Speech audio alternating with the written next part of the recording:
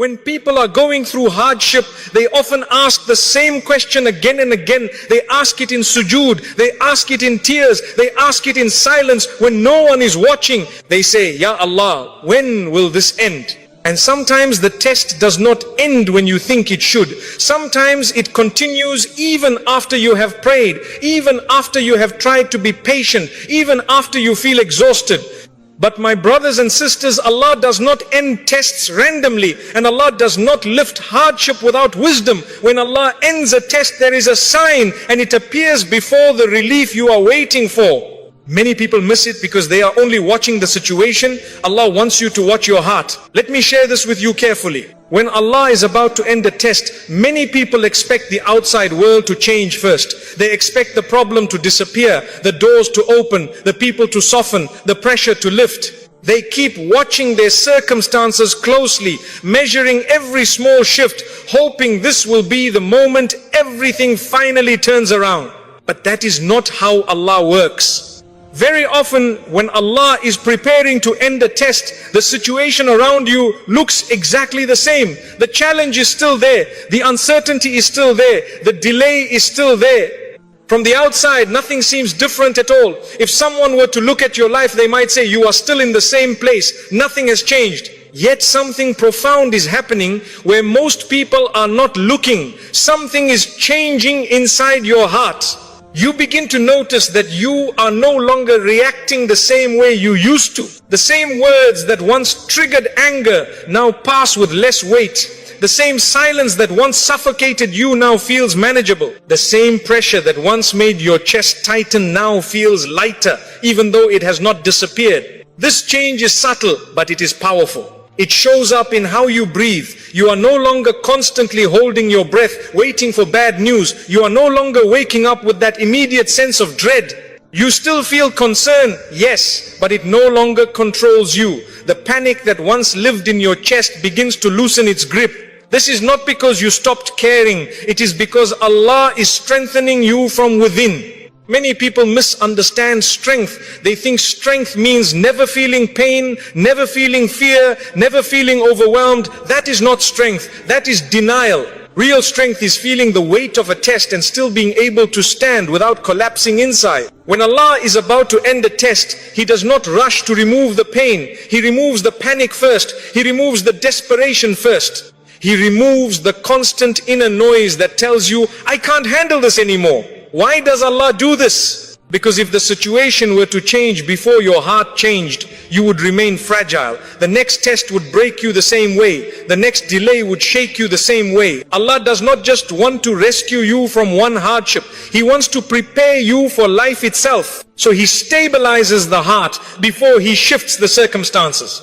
You may notice that you are no longer begging Allah in a frantic way. Your dua becomes calmer. Your tears may still fall, but they no longer come from panic. They come from sincerity. You are no longer demanding an immediate outcome. You are trusting the process even if it still hurts. This inner calm does not mean the test is easy. It means your heart has grown. You begin to accept that some things are out of your control, and instead of fighting that reality, you surrender it to Allah. That surrender is not defeat, it is alignment. It is the heart finally resting where it was always meant to rest. This is why people sometimes say, I don't know why, but I feel okay, even though nothing has changed. That feeling is not random. That is Allah placing sakina into your heart. Sakina is not happiness. It is stability. It is the ability to remain steady even when the ground beneath you feels uncertain. And Allah places sakina only when a heart is ready to carry it. Another sign within this inner change is that you stop replaying the same thoughts over and over again. Earlier in the test, your mind was loud. It kept asking the same questions. Why is this happening? What if it gets worse? How long will this last? These thoughts drained you more than the situation itself. But now those thoughts come less often, and when they do come, they do not stay as long. You notice them, but you are not consumed by them. This is not because you found all the answers. It is because your heart no longer needs them. Allah has taught your heart to trust without seeing the full picture. You may also notice that your reactions toward others begin to soften. You become less defensive, less irritable, less sharp in your responses. Not because people suddenly became kinder, but because your heart is no longer operating from survival mode. When a heart is under constant threat, it lashes out easily. When Allah removes that internal threat, the heart relaxes. And the relaxed heart responds with wisdom instead of impulse. This change is deeply important. It means the test has already done much of its work. It has stripped away arrogance, impatience, and excessive attachment. It has humbled the heart, refined it, and taught it reliance on Allah alone. At this stage, even if the test continues for a while, it no longer feels unbearable. You stop counting the days. You stop watching the clock. You stop measuring your life by when this will finally end. You begin to live again, even inside the hardship. And this is where many people get confused. They think, if I feel calmer, does that mean I'm settling? Does it mean I've given up? No, it means Allah has carried you to a place of inner strength. This calm is not resignation, it is readiness. When your heart becomes calm inside the storm, Allah knows that you are no longer being defined by the test. You are no longer shaped by fear. You are no longer collapsing under pressure. That calm is preparation. Preparation for relief. Preparation for clarity, preparation for whatever Allah has written next. So if you are in a situation that has not changed, but your heart has, do not underestimate that shift. Do not dismiss it as imagination. Do not ignore it because the problem is still there. That inner change is one of the clearest signs that Allah is working on your behalf. He is not late. He is not unaware. He is preparing you carefully. And when the heart is ready, the situation will follow. At the beginning of a test, most people make dua from a place of urgency and fear. The pain feels overwhelming, the confusion feels unbearable, and the heart is desperate for one thing above all else, for the hardship to end. So the words come quickly and repeatedly. Ya Allah, remove this. Ya Allah, take this away. Ya Allah, I cannot handle this anymore. There is nothing wrong with these du'as. Allah is most merciful. And He knows the weakness of His servants. He knows the heart cries out before it learns how to trust. But there is an important shift that happens when Allah is about to end a test. And it is one of the clearest signs that the heart has matured through hardship. The dua begins to change. You still want relief, but relief is no longer the only thing you are asking for. Something deeper starts to form in your heart. You begin to ask Allah questions that are no longer about escape, but about direction. You say, Ya Allah, guide me through this. Ya Allah, show me how to respond correctly. Ya Allah, don't let this trial distance me from you. This change matters more than people realize. At first, the test feels like an enemy. You want to run from it, you want to push it away, you want it gone at any cost. But when Allah is preparing to end the test, He helps you see it differently. You no longer see the hardship only as pain. You begin to recognize it as a process. You stop asking only for the door to close, and you start asking Allah to teach you how to walk while it is still open. This is not because the pain has disappeared.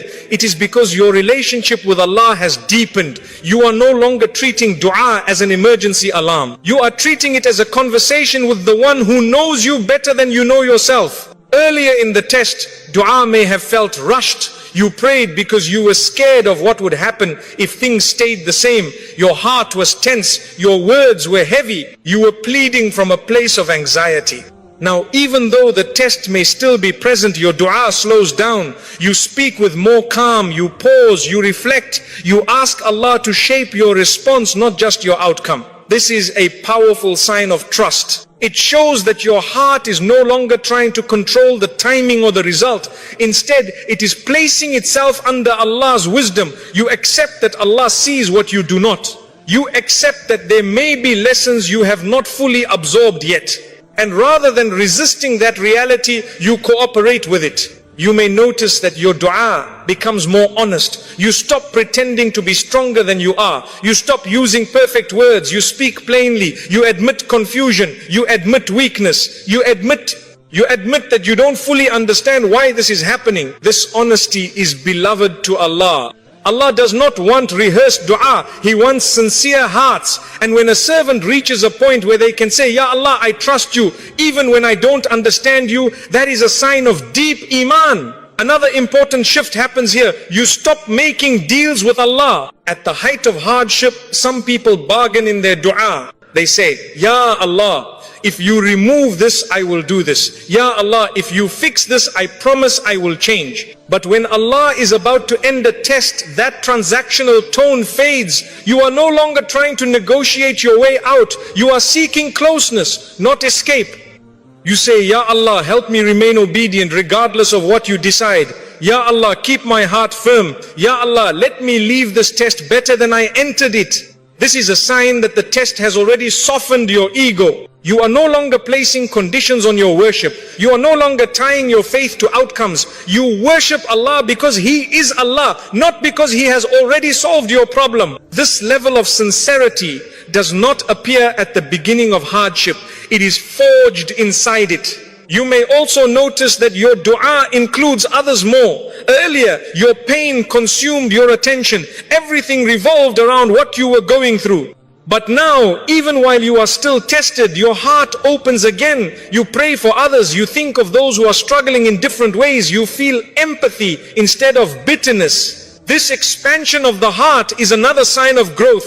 Hardship often shrinks a person inward. It makes them self-focused. When Allah is preparing to end a test, He reverses that contraction. He allows the heart to expand again. And with that expansion comes clarity. You begin to realize that the greatest danger was never the situation itself. It was losing your connection to Allah during it. Once that fear disappears, the test loses much of its power over you. You may still ask Allah to remove the hardship, but your peace is no longer dependent on the timing of His answer. You trust that when relief comes, it will come at the right moment. And if it is delayed, it is not cruelty, it is care. This is a difficult level to reach, but it is a beautiful one.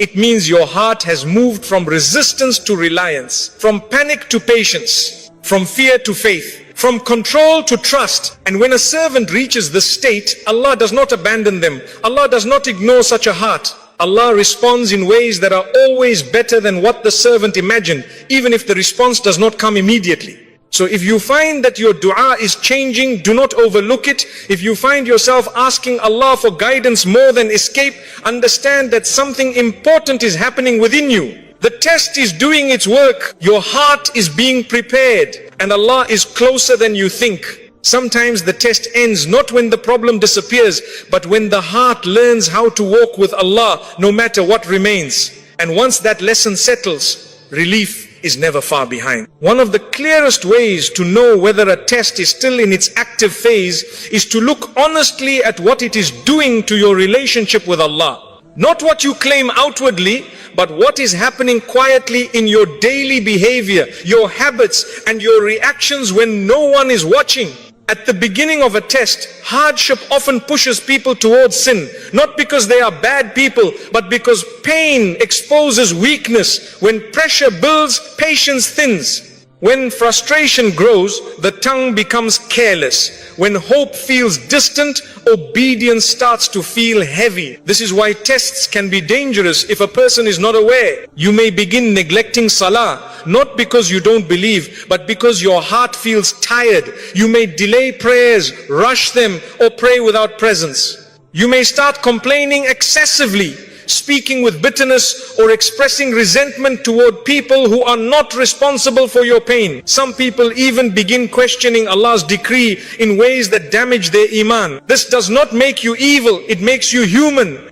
But it also tells you something important. The test is still shaping you. When Allah is about to end a test, a noticeable shift takes place. The hardship loses its power to drag you away from obedience. The situation may still be difficult, but it no longer pushes you toward disobedience the way it once did. You become more careful, not less. You guard your salah more intentionally. Even when your heart is heavy, you may not feel motivated, but you still stand before Allah. You may still feel exhausted, but you refuse to let the test become an excuse for neglecting what matters most. This is not perfection, this is sincerity.